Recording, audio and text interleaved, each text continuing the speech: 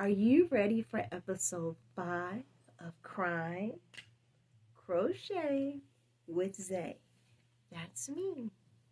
So before I get started, I am working still on um, the dreaded slouch for one of my clients. But before I get started, I wanted to say a special thank you to Nama V.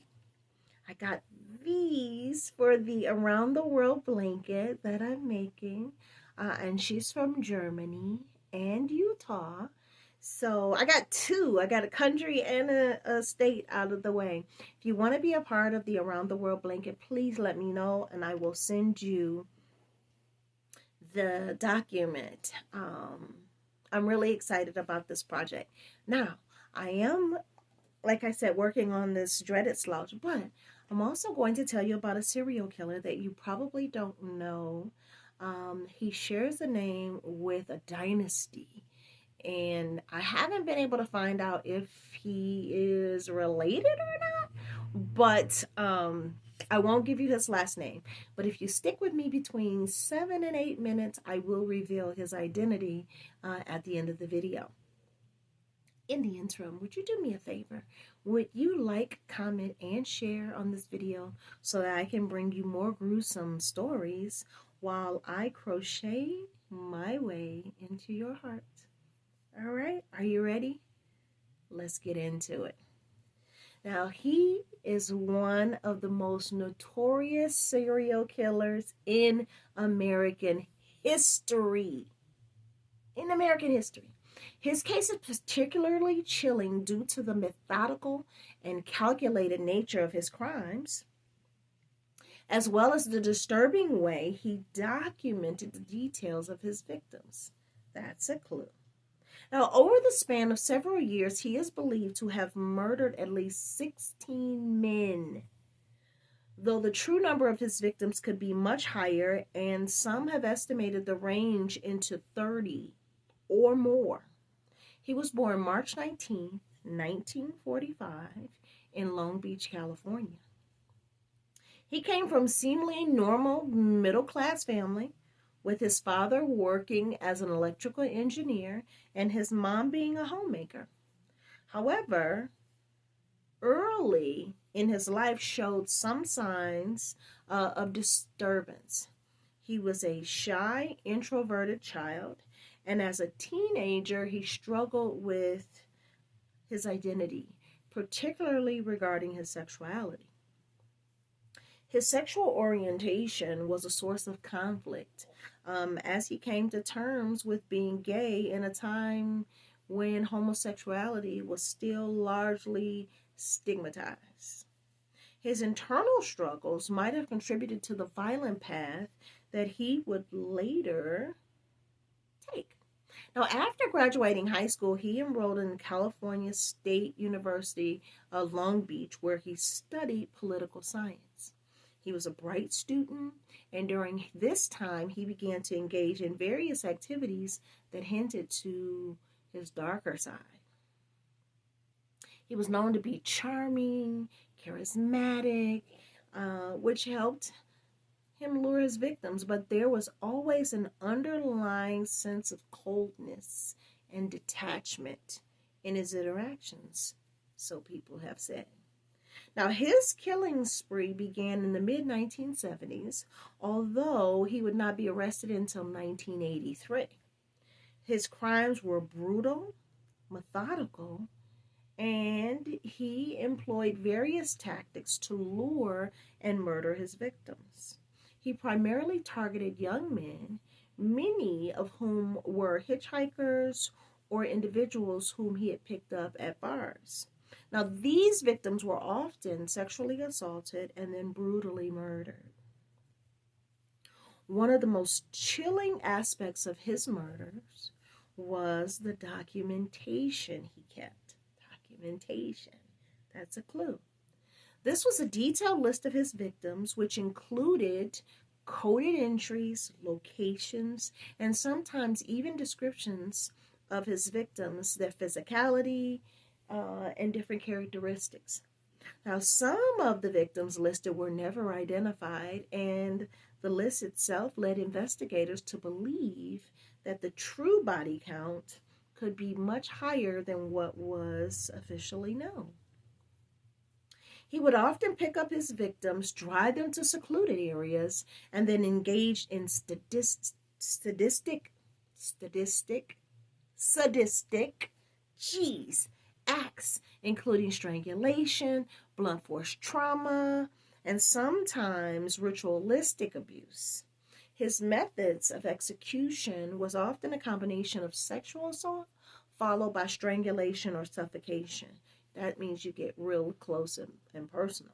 Now, many of the bodies showed signs of torture, and it became apparent that he derived pleasure not only from the act of killing, but from the control he exerted over his victims. Now, in addition to the documentation, his other techniques and tactics were leaving his victims in a state of disarray. Sorry about that. Often their clothes were removed or arranged in a particular manner, a disturbing trait that suggested he was highly organized and meticulous in his actions. Some of his victims were found dumped along the highway, with others left in remote areas, giving him a sense of anonymity. Now, his reign of terror continued for nearly a decade, but it was his own carelessness that led to his eventual capture. In 1983, he was pulled over by police in Orange County, California, for a routine traffic stop. When his officers approached the vehicle, they discovered a man's body in the passenger seat, which had been bound and partially undressed. The victim had been sexually assaulted and strangled in the passenger seat. He was arrested, and it was thought this arrest, it was thought that through this arrest, the investigators began to unravel the extent of his crimes. Initially, he was charged with the murder of the man in the car. Duh. But as the investigation progressed, authorities connected him to multiple other murders that had been occurring over the years. Now, his documentation was eventually discovered, and it provided key insights into his MO, or his modus operandi. And that helped investigators tie him to additional unsolved cases. Forensic evidence such as blood and hair samples, they also linked him to several bodies that had been found. Now, over time, authorities were able to confirm that he had killed at least 16 individuals, but they believe that that number could be far higher. Like I said earlier, almost 30 or more. Investigators revisited older cases, including those from the 1970s and the early 80s, and many of these murders appear to follow the same pattern as before, with the abduction and the sexual assault. The chilling detail that made him stand out from the other serial killers was the cold and calculated way that he kept documentation of his killings. Now, he was eventually charged with 16 murders, and his trial began in 1989. Prosecutors presented a compelling case utilizing both circumstantial and forensic evidence. The discovery of his documentation was pivotal in securing his conviction, as it demonstrated his long history of violence and his meticulous nature for documenting each murder. Now, eventually, the forensic evidence and DNA, along with fingerprints and witness testimonies, linked him directly to several of the crimes. In 1990, after a lengthy trial, he was found guilty of 16 counts of murder, and he was sentenced to death. However, despite the conviction, his case was not closed. Some believe that he may be responsible for as many as 50 murders. Now, I said 30, and now they're saying 50, so it could be way higher, though the true number probably will never be known, honestly.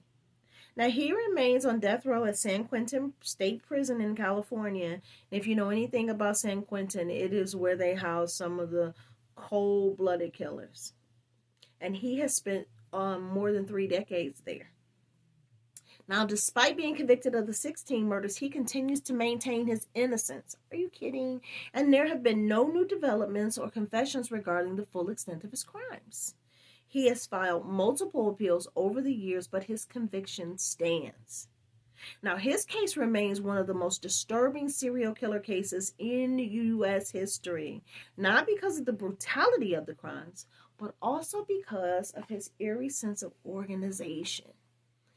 This killer is a reminder of how some killers carefully document their atrocities, often deriving a sense of power and control over their victims. And the documentation allows him to keep reliving it. His legacy is one of terror, methodical precision, and the chilling notion that there may be many, many more victims whose names may never be known.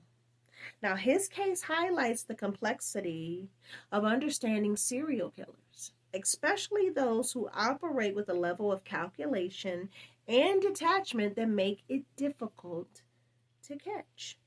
Now, I kept saying documentation. However, what it really was a scorecard. You know who he is yet? His name is Randy, the scorecard killer Kraft. I don't know if there is any relation.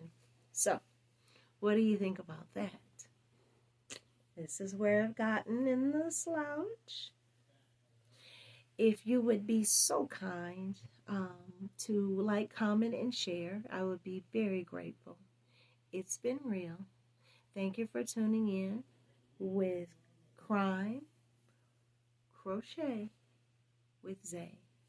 That's me. Bye for now.